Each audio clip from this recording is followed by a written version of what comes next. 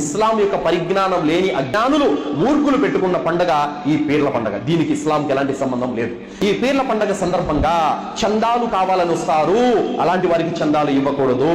ఇతర యొక్క సహాయ సహకారాలు కావాలని కోరతారు, అలాంటి వారికి తోడ్పాటు అందించకూడదు. ఏ రవ్వంత వస్తువైనా సరే వారు చేసుకునే అధర్మ కార్యానికి అందించకూడదు. పీర్ల పండగ సందర్భంగా ఏ వంటకాలు అయితే వండుతారో ఆ వంటకాలు మీరు తినకూడదు. అలాంటి అధర్మ కార్యాల్లో మీరు పాలు పంచుకోకూడదు.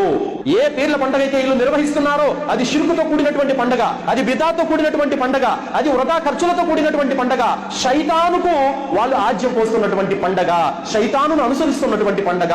కావున ఖురాన్ హదీసు అనుసరించే నికార్సైన ఏ ముస్లిం కూడా ఇలాంటి పీర్ల పండగకు సహకరించకూడదు, పాల్గొనకూడదు. దీన్ని పండుగలా కూడా భావించకూడదు. మనుషులు తమ స్వహస్తాలతో చెక్కుకున్న శిలలను కాదు పూజించాల్సింది. తల్లి గర్భంలో మనకంటూ రూపాన్నిచ్చి మనకు ప్రాణం పోసి ఈ నకసిక పర్యావరణ